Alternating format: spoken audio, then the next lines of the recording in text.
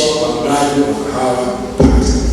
Hatua iliyofuata ilikuwa ni kumtafuta mtu ambaye anaweza akashirikiana na jumuiya ya wazazi, au kwa ufupi akatoa ufadhili wa kupanda miche ya kahawa pale Mpata.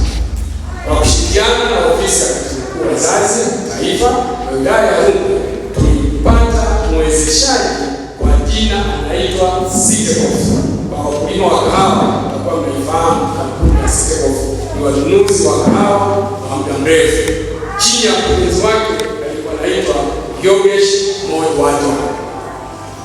Baada ya kupeleka maombi kwa kushirikiana na katibu wazazi taifa, Yogesh Moyo ambaye ni mkurugenzi wa kampuni ya Sitecof aliridhia kuiwezesha jumuiya ya wazazi kwa kupanda miche ya kahawa katika shamba la Mpata.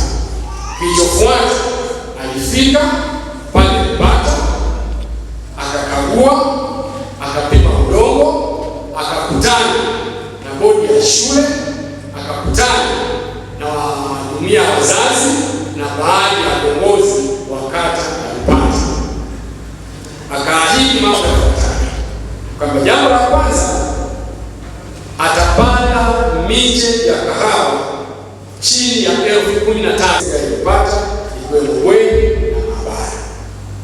Baada ya kutoa ahadi hizo, kilichofuata ilikuwa ni mchakato wa maandalizi wa shamba la Mpata, kufanya usafi, kuchimba mashimo na kuandaa yard stick.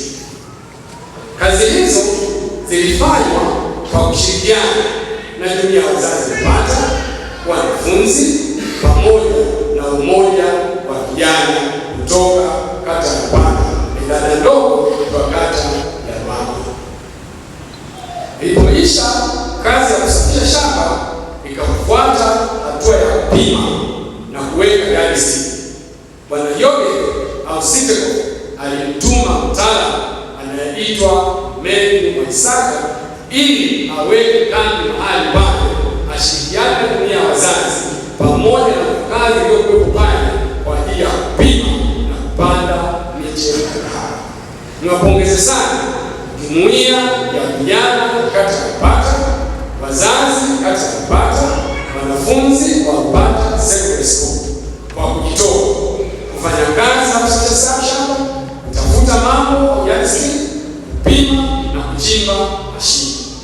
Baada ya kuchimba mashimo, hatua iliyofuata ilikuwa ni uwasilishaji wa miche ya kahawa, ambapo waliwasilisha miche si chini ya 13 au 15.